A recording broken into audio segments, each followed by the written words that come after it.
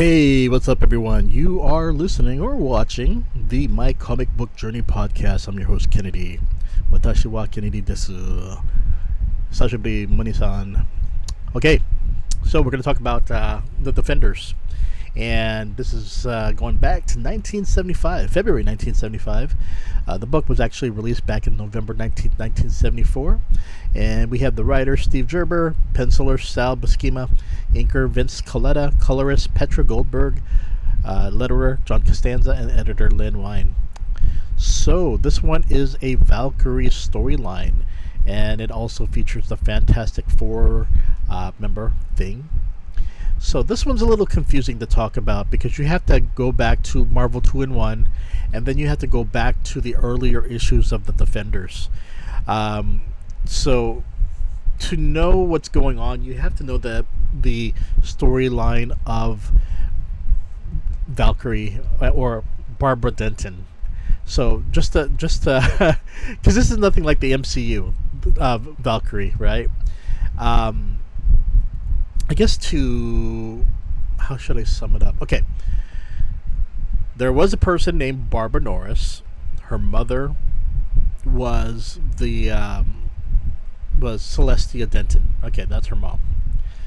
So Barbara would eventually would marry Jack Norris, and the two started a relationship. Barbara's mother was killed, and they didn't know that she made a pact with this like cultish group known as the Undying Ones, so she could offer her daughter to regain her youth. She was a beautiful woman. Now she's an older woman that looks really unusual with her face deformations, and it's just she made this pact with it to this really unusual cult led by Van Nyborg. So what happened, I guess, in the earlier issues of Defenders is that she pretty much, Barbara sacrificed herself to protect the Hulk and Doctor Strange, who were fighting against this being, the Nightcrawler, and she dedicated her life to pretty much protect the world, protect the Earth from the Undying Ones, but she was stuck in the dark dimension. Fast forward, when the Defenders were then brought to this mystical world, the Enchantress transformed Barbara into the warrior known as Valkyrie. And it was thought that Brunhilde, the spirit, is what was controlling Barbara's body, and Barbara pretty much was, I guess you could say, her soul was just quiet. And so Valkyrie, pretty much using Barbara's body, became the member of the Defenders that we know about. But let's go to this issue now. And this issue, we have Valkyrie mourning the death of a man that she truly trusted, and the Thing was there to protect her, but she's inconsolable. And this is pretty much, I guess you could say, that we get to see Barbara pretty much almost come out her emotions toward this person, and this leads Barbara to go back home. And bear in mind, this is the Valkyrie now. She knows that from being in Barbara's body, she doesn't have the memories of Barbara, but there's certain things that she does keep, and she knows that the town people is important to Barbara. And she gets to meet the people there. They ask her questions about this and this, and Valkyrie tries to pose the questions in a way that they would reveal more information about Barbara. So she finds out that Barbara was married, and they lived in the house. And so she's brought to this house. She sees a picture of her mother, but then automatically she is attacked by these, like you could say, attacked by someone. I don't want to reveal who it is, and this leads Doctor Strange, who was somewhat spying on them, to tell Ben, who is the Thing, do not leave town. Please be there for Barbara or Valkyrie. And so Black Knight and Doctor Strange, not Black Knight, actually, I get the ones confused here. I believe it was Nighthawk. Jeez, Kyle Richmond, of course. Nighthawk and Doctor Strange end up going there joining with the Thing and hoping to help Valkyrie because she's in trouble. So that's the main storyline, and I think people will find it interesting. What I found interesting is that, again, this is being a 1975 issue. For Sal Buscema, I thought in the cover you could see it right here. The Thing, looks, normal, like you would see back in the 60s. But the actual comic book Thing looks a little bit different. And I think maybe trying to create a character with all these rock patterns might not have been the easiest thing.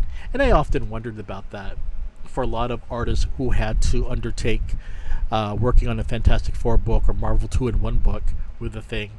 How difficult was it for them to create the Thing? Because there's some people who make the Thing, his rocks all smooth. There's some who make it all jagged. But the thing is that there's a certain look that the Thing has, and it's a look that not everyone gets right. Even the Fantastic Four film, they got the stockiness and the look of the Thing, right? I mean, the I guess you could say the body shape, but in terms of the look of the face, it was not exactly like the ones we know in the comic book. But they weren't going for that. But the thing that I think is, I think they did that reboot, and then it looked a little closer to the Thing that we know. But yeah, the Thing is something that it's one of my favorite characters, and I've often wondered how difficult was it for an artist to take on that character. And in this issue, you could tell it was not the easiest thing. Because there are times when the Thing looks like the Thing, and there's many times where it doesn't. And it just, I could tell that it must have been hard. The other thing is, that I found interesting, was when Ben was asking Nighthawk about the Defenders, and Nighthawk was pretty much like not dissing the Defenders, but pretty much how, they have a group, but barely anyone shows up, and they don't have a headquarters and everything. And Doctor Strange says, it's a difficult thing to answer, because I guess the people's egos, there's certain certain members, and their personalities sometimes don't match. And we know the Hulk. The Hulk is not exactly not the Hulk that we see in the MCU, but the Green Hulk back then. He was not exactly the team player. I mean, he was involved with a lot of storylines with the Avengers and the Defenders, but he was not exactly the team player. He did what he wanted, and so they couldn't exactly get him to work with them. And the same thing with the Defenders earlier on with Doctor Strange and Nighthawk with Valkyrie.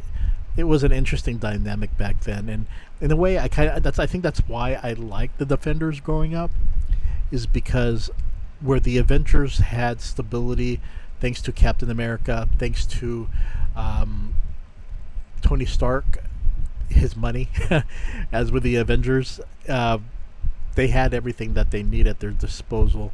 They had all the members that they wanted, and it was a storyline that everything felt organized thanks to the leadership of Captain America. But when you look at the Defenders, Doctor Strange being one of the pivotal characters as the leader, Um, it was not exactly a group that was stable.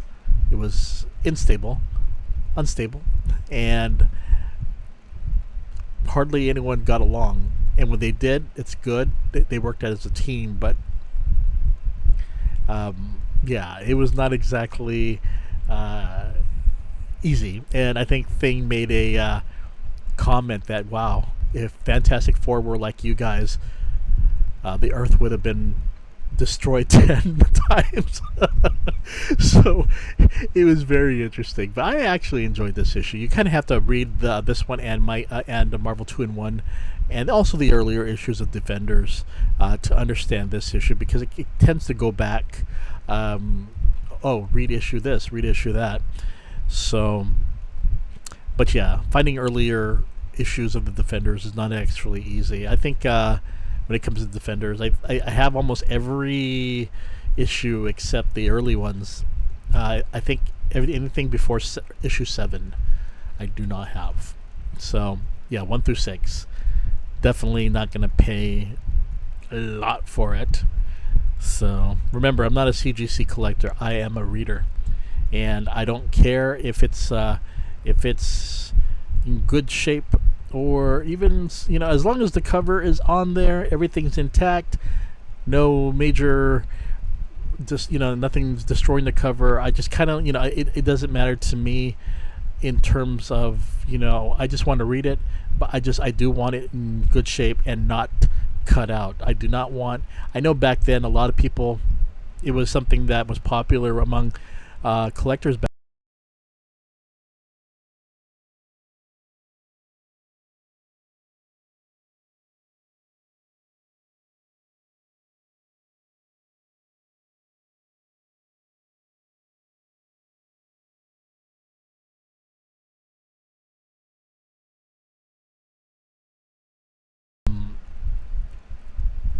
And pages still stapled, at least.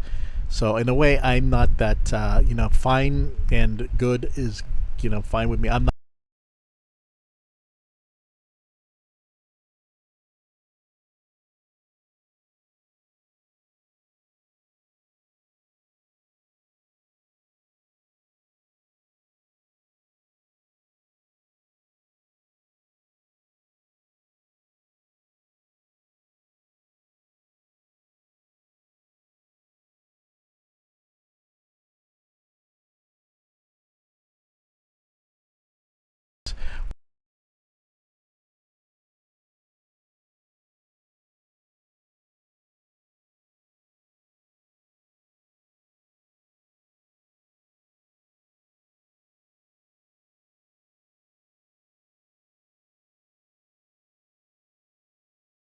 Don't you miss hell? I would have been happy if I could buy a comic book for that price.